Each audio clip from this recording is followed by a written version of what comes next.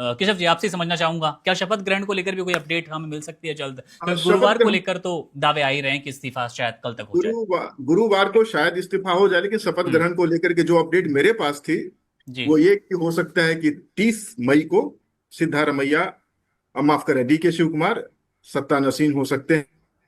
उनकी ताजपोशी बतौर सीएम हो सकती है, लेकिन हम्म। अभी तक सब कुछ हो सकती है में है, कुड बी में है सब कुछ। बिल्कुल। ये मजा तब आएगा जब डी के शिव कुमार गद्दी पर सच में बैठ जाए। ये मजा तब आएगा जब सिद्धारमैया अपना त्याग पत्र दे दें और शांति से सरकार के साथ बने रहें या पार्टी के साथ बने रहें। कुछ भी हो सकता है, पॉलिटिक्स है। और मुझे लगता है कि क्रिकेट से भी ज्यादा अनिश्चितताएं राजनीति में होती है। तो हम्म। मुझे लगता है कि कांग्रेस के जो प्रवक्ता थे वो बार बार 16 घंटे का जो समय कह रहे हैं और जी। कुछ स्पष्ट तौर पे कहना नहीं चाह रहे हैं, उसका कारण राजनीति की यही अनिश्चितता है।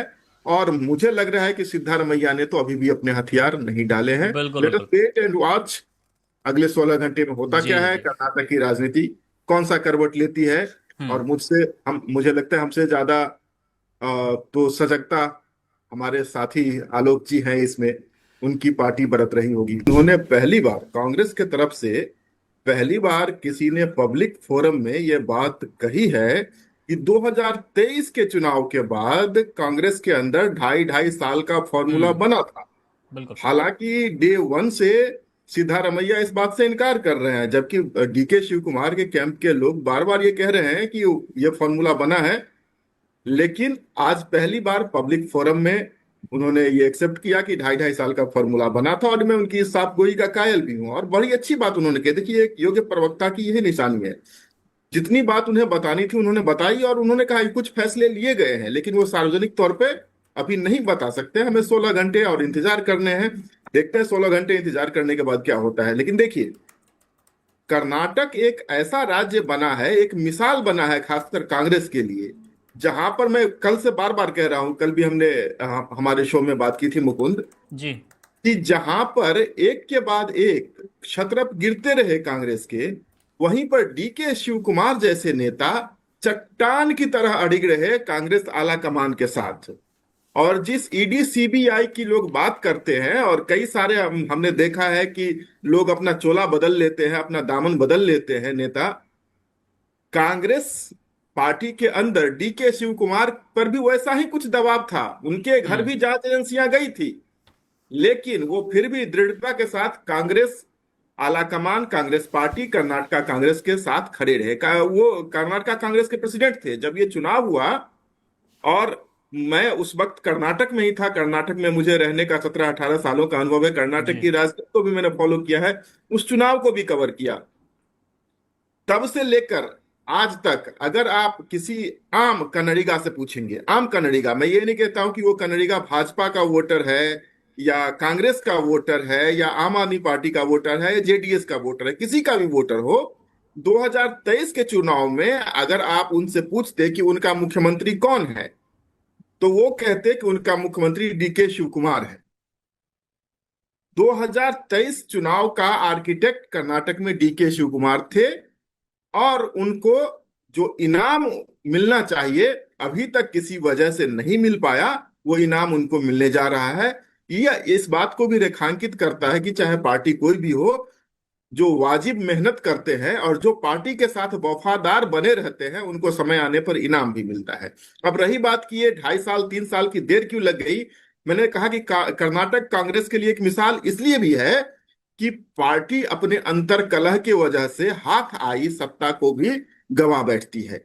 वहीं पर देखिए, मैं बहुत ओपनली कहूंगा, और यहाँ शिवानंद जी भी हैं इस वार्तालाप में, पिछले 3 सालों से 2023 से लेकर 2026 तक कांग्रेस, कर्नाटक कांग्रेस के अंदर, सत्ता के अंदर यह संघर्ष चलता रहा। शिव कुमार को जब जब मौका मिला, उन्होंने अपनी अपेक्षा बहुत ही ओपनली अभिव्यक्त की थी।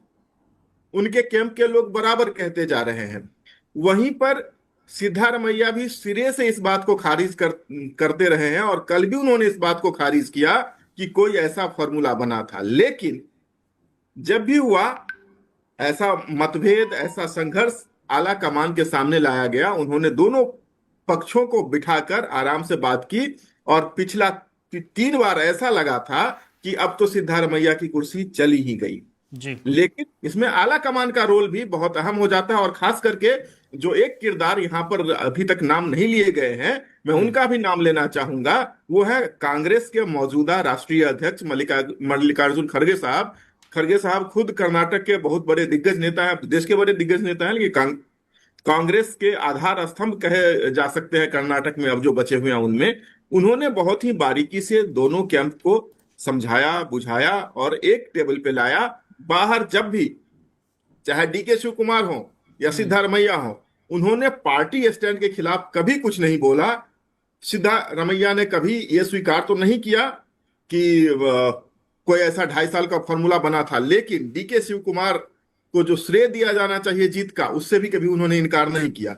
उसके साथ ही डीके शिव कुमार भी पार्टी के फोरम पर जो अपनी उनकी बात कहनी होगी वो कहते रहे होंगे, उसकी जानकारी शिवानंद जी को होगी, हमें नहीं है। लेकिन पब्लिकली उन्होंने कभी भी पार्टी को कटघरे में खड़ा नहीं किया कि भैया मेहनत हमने की, सिद्धारमैया जी क्यों कुर्सी पर बने हुए हैं। और आज मुझे लगता है जिस तरह से अब पब्लिक डोमेन में एक खबर आ रही है कि बिहार में जिस तरह से पावर ट्रांसफर हुआ, जो मौजूदा मुख्यमंत्री थे उनको राज्यसभा भेजा गया, बिल्कुल मुख्यमंत्री केशव के सर, पुत्र को कैबिनेट में लाया गया। इसको थोड़ा डिटेल में समझना चाहेंगे, लेकिन उससे पहले मैं चाहूंगा कि एक सवाल ले लें शिवानंद जी से। शिवानंद जी ने जिस तरह से जिक्र किया कि दोनों के बीच आपसी सामंजस्य और जो मीटिंग हुई है दिल्ली में मल्लिकार्जुन खड़गे, राहुल गांधी, सिद्धारमैया और डीके शिव कुमार, उसके बाद इस तरह का फैसला लिया जा रहा है। हालांकि कोई अभी आधिकारिक पुष्टि नहीं हुई, लेकिन इस तरह का माहौल। एक बात और बस ऐड कर रहा था मुकुंद, और ये शिवानंद जी के लिए ही है कि सारी तैयारियां तो हो रही है। मुझे याद आ जाता है इसमें रामायण का प्रसंग कि राम जी के भी राज्याभिषेक की तैयारी हो रही थी, लेकिन फिर कुछ ऐसा हुआ कि उनको वनगमन का आदेश दे दिया गया।